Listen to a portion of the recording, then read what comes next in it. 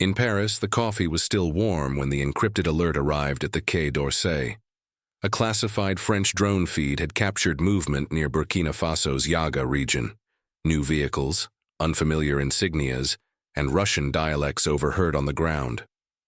No official alliance had been signed. No press release had been issued. But something was happening beneath the soil, and France wasn't invited. In the cool hallways of Paris's Ministry for Europe and Foreign Affairs, the walls had always echoed with quiet certainty. For decades, France had moved through West Africa like a father watching over a house he had once built and never fully left. Military bases stood firm. Contracts ran deep. Embassies hummed with confidence. But that confidence shattered the moment a single grainy image appeared on the encrypted feed from Burkina Faso. A French surveillance drone, part of a routine reconnaissance mission, had captured unusual activity in the remote gold-rich region of Yaga. At first glance, it seemed ordinary: heavy equipment, temporary housing units, and ground vehicles. But zooming in, one could spot something alarming. Crates stenciled in Cyrillic, men in tactical uniforms with unfamiliar patches, and a flag partially flapping in the dry Sahel wind. Red, white, and blue, not of France, but of Russia, the satellite. Images arrived at the Quai d'Orsay before breakfast. By noon, they had reached the president's desk. Meetings were called, analysts summoned, intelligence briefings stacked like war plans. The French elite knew Africa well enough to understand what this meant. This wasn't business. This was a move, a counter-move, and they had not been consulted. France had never truly released its grip on West Africa. Despite independence declarations, decades of neocolonial contracts remained, hidden in mineral rights, banking systems, and military cooperation agreements. Burkina Faso, once considered too poor to worry about, was quietly becoming a keystone in that architecture. Its gold reserves ran deeper than publicly acknowledged, and its location made it a strategic buffer between French allies and rising anti-Western sentiment sweeping across the Sahel. For a time, the world had dismissed IBRAHIM TRAORÉ as a mere populist, a young soldier turned president capitalizing on frustration and post-coup chaos. But Traoré was not interested in short-lived revolutions. He moved with discipline, rarely spoke to the media, and avoided flashy announcements. Behind closed doors, he had been building something quieter and far more dangerous.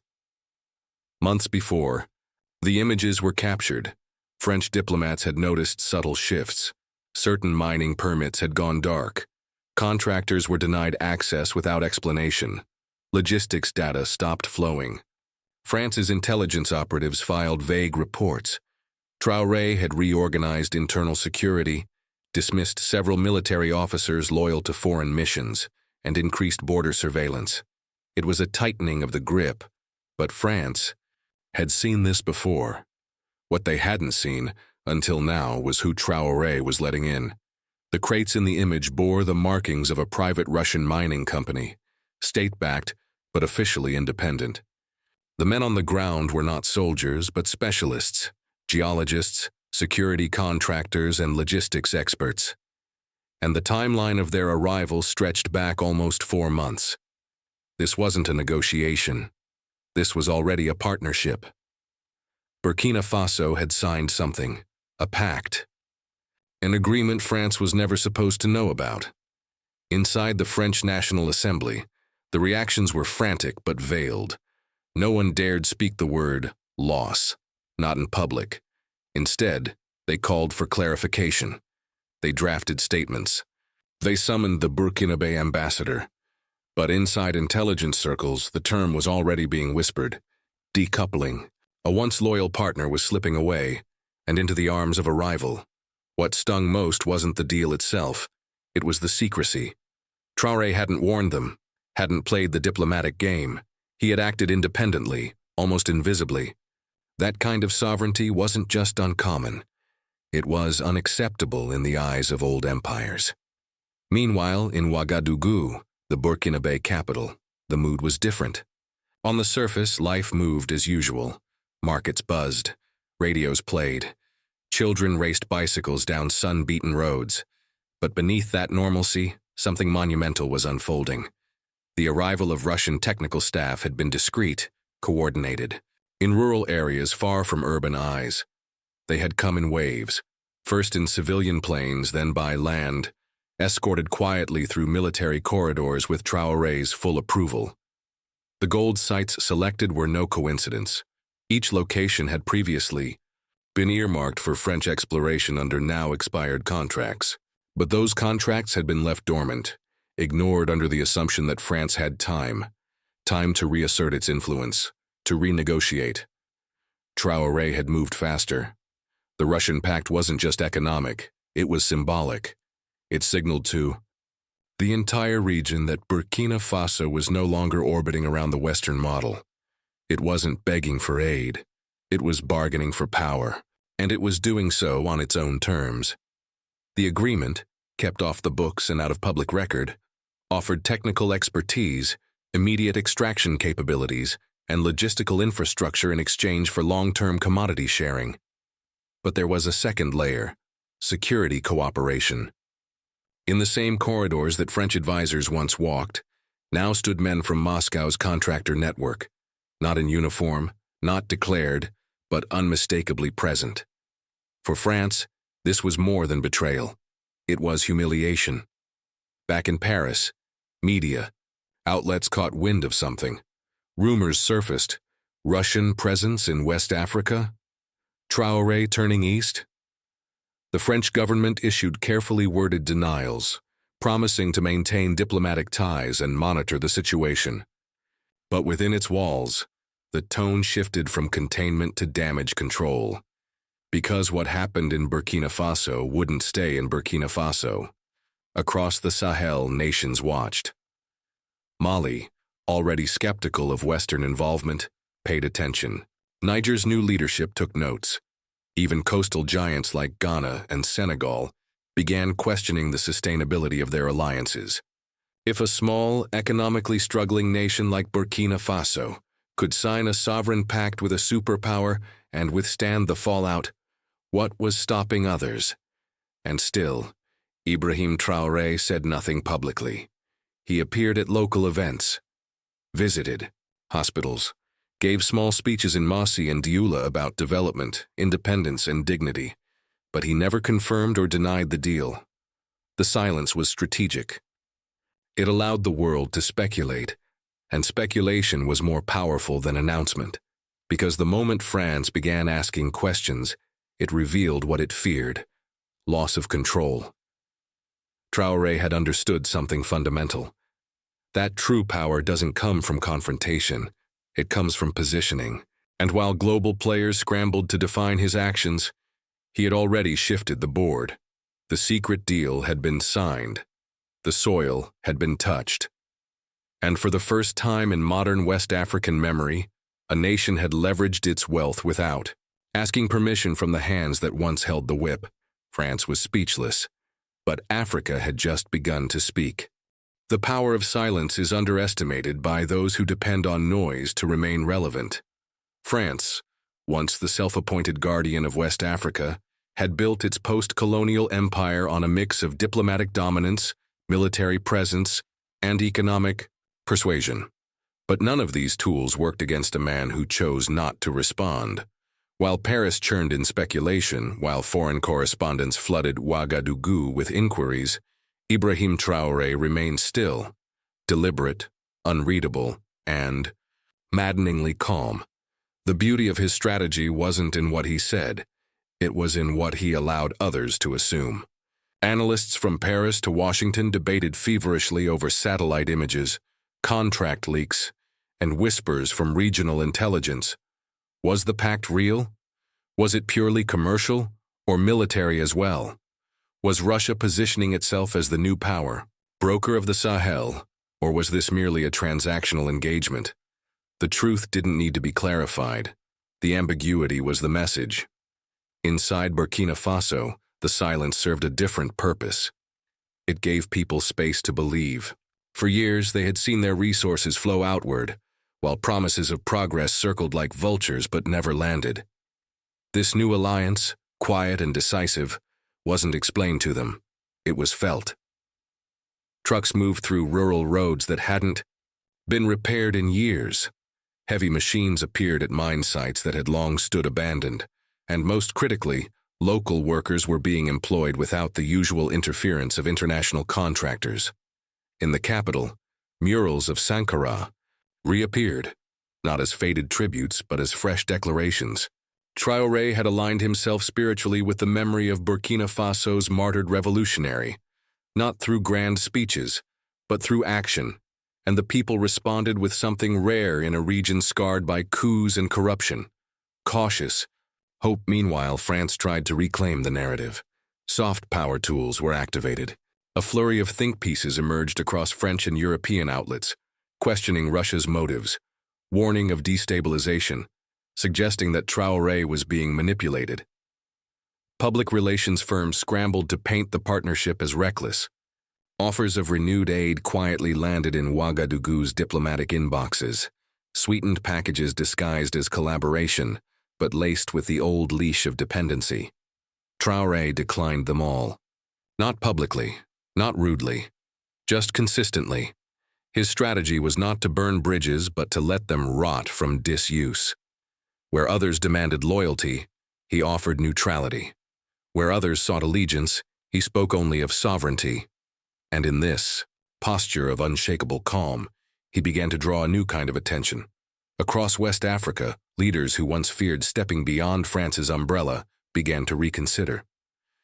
If Burkina Faso could chart its own course without being toppled, censored, or sanctioned, what else was possible?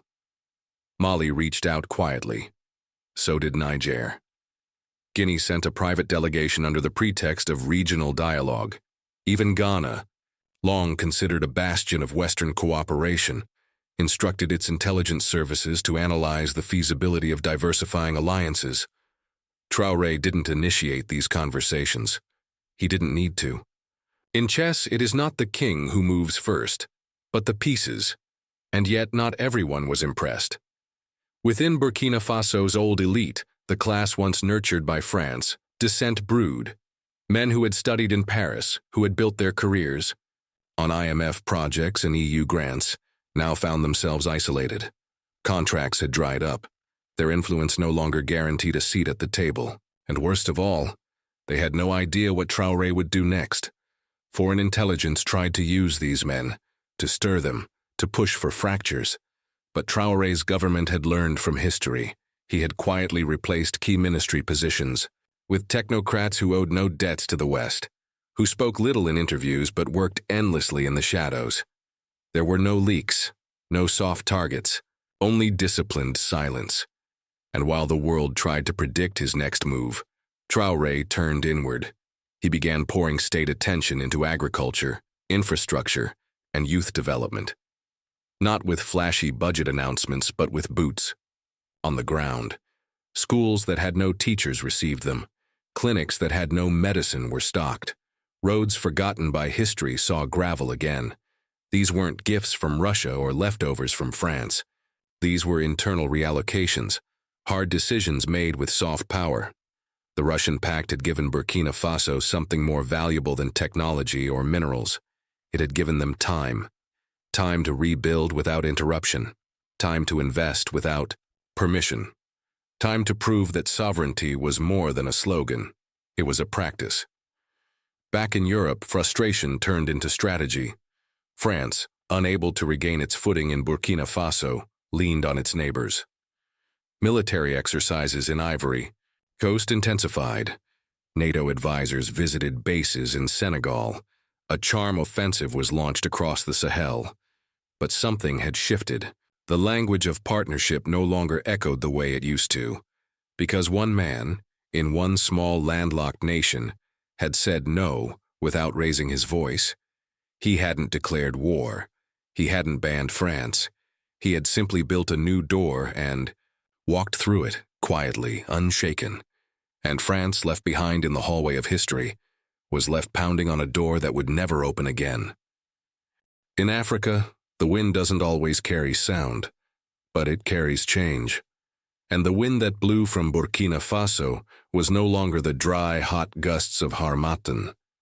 It was heavier now, charged with the weight of something rarely felt across the continent. Permission, not permission from the West, but permission from within. For years, Africa had functioned within invisible boundaries, lines drawn not on maps but in minds. What could be said, what could be done, which powers to trust, which voices to obey. The independence written in constitutions had never truly reached the soil.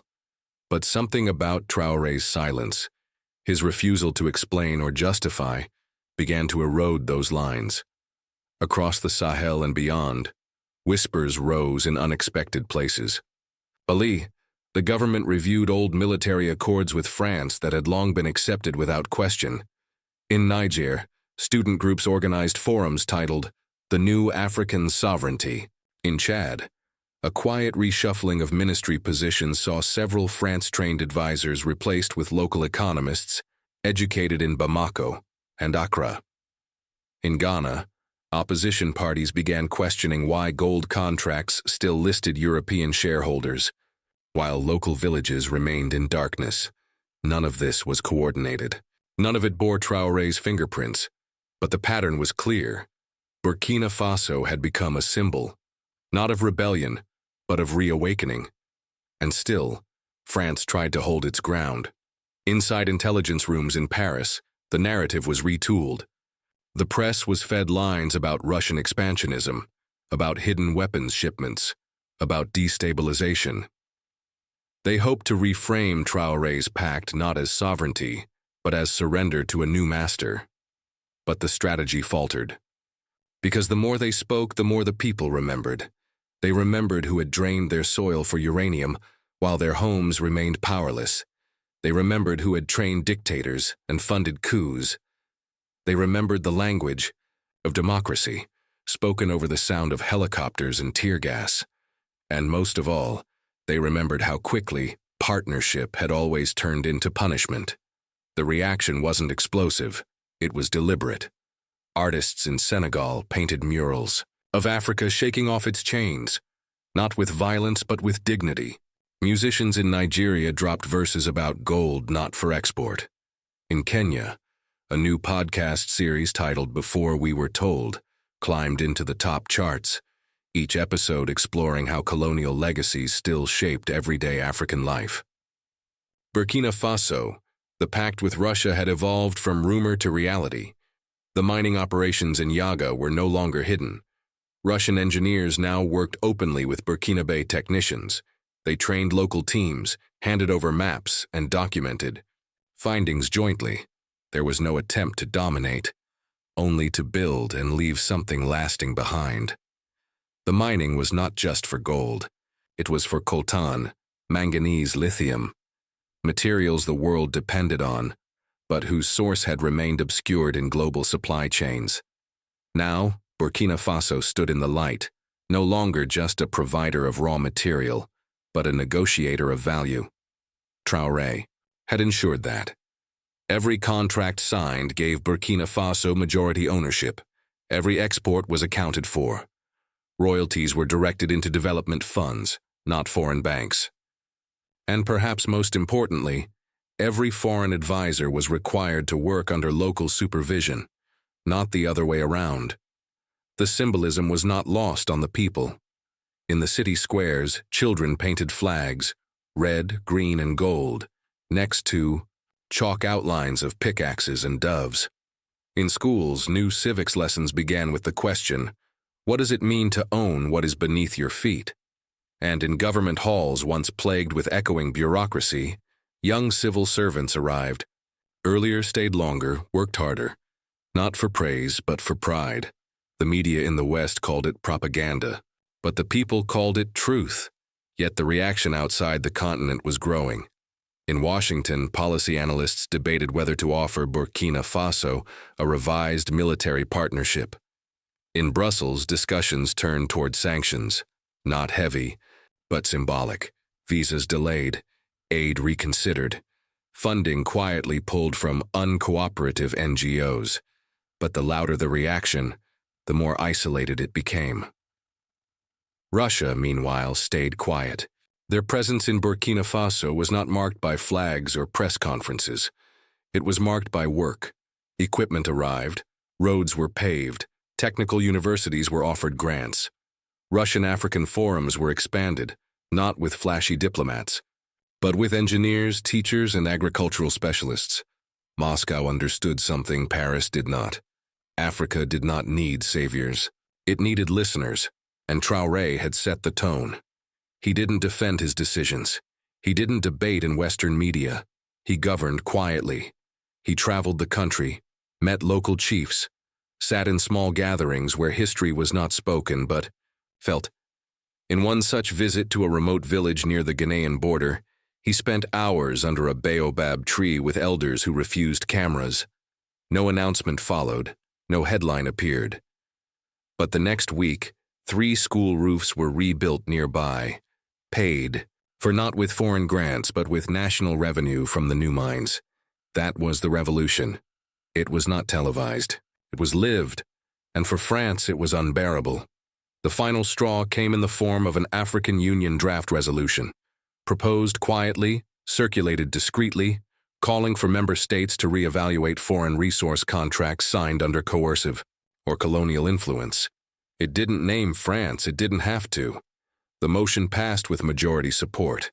Even nations long considered Western loyalists voted in favor. Traoré didn't sponsor it. He didn't lobby. But he had already written its preamble in action, and for the first time in decades the world understood something France had refused to admit. Africa was no longer waiting to be asked. It was deciding. The room was filled with men and women in tailored suits, draped in scarves of Pan-African colors, seated beneath the gold-plated crest of the African Union. The air inside the hall in Addis Ababa was thick with anticipation, but not the kind stirred by ceremony. This was different.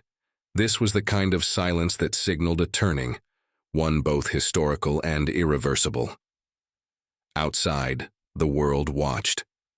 Journalists had flown in from London, Paris, Moscow, Johannesburg, Washington, and Beijing. Cameras lined the walls. Analysts whispered predictions. The topic was sovereignty. The agenda was unity. But everyone knew what they had really come for: to hear IBRAHIM Traoré. For weeks, rumors of his appearance had swirled. His name, once confined to French intelligence briefings and quiet African cafes, now trended across global platforms. The young leader from landlocked Burkina Faso had somehow become a symbol of something larger than revolution. He had become a reminder that the story of Africa was not finished, and it would no longer be written by someone else's hand. When Traoré entered the assembly chamber, there was no anthem, no ovation, just stillness. He walked with the posture of a soldier and the focus of a man who had no need for approval. His suit was plain, his steps quiet, but every eye followed him, not out of fear, but out of reckoning. He approached the podium slowly. Behind him, the flags of 54 nations swayed gently, their cloth kissed by the movement of air conditioning and quiet change. He did not read from a script. He did not speak to the cameras. He spoke to the room.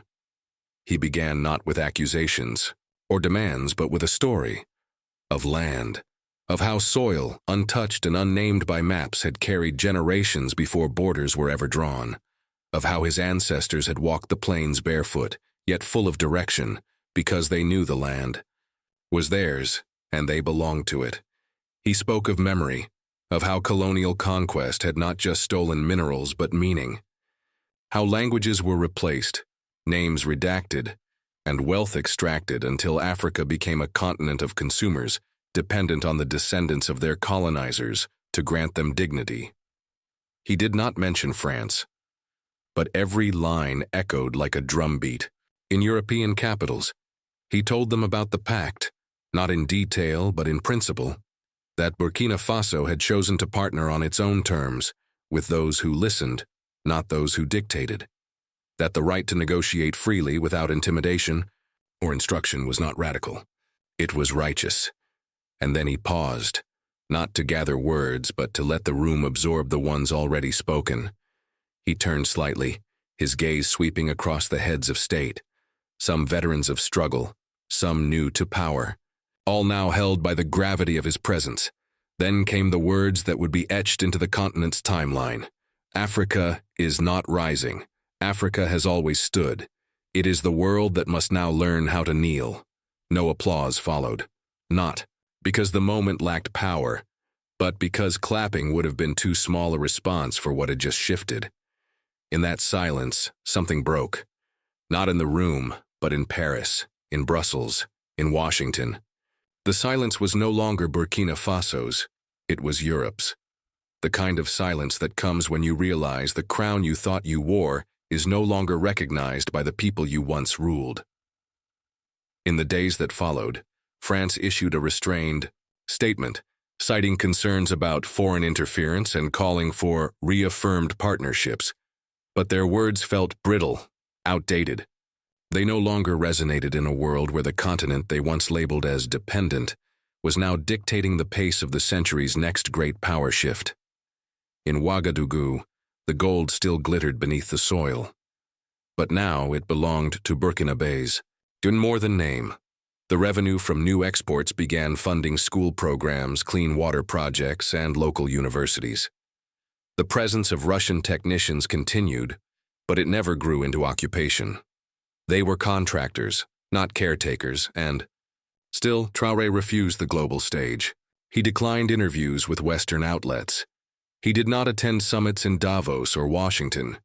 He chose instead to walk through towns that had never seen a president up close, to sit with mothers whose sons once mined for pennies, and to watch their lives begin to change without cameras flashing. The African Union, inspired by his speech, began an internal audit of all foreign contracts signed under questionable terms. Within a year, several nations renegotiated agreements, reclaiming control of everything from diamond pipelines to rare earth minerals. This was not revolution. It was reclamation, a quiet storm spreading across a continent ready to remember what it had forgotten, that power does not need permission. And Ibrahim Traoré, he remained what he had always been, not a savior, not a prophet, just a man who had dared to sign something in silence, and in doing so, made the world listen.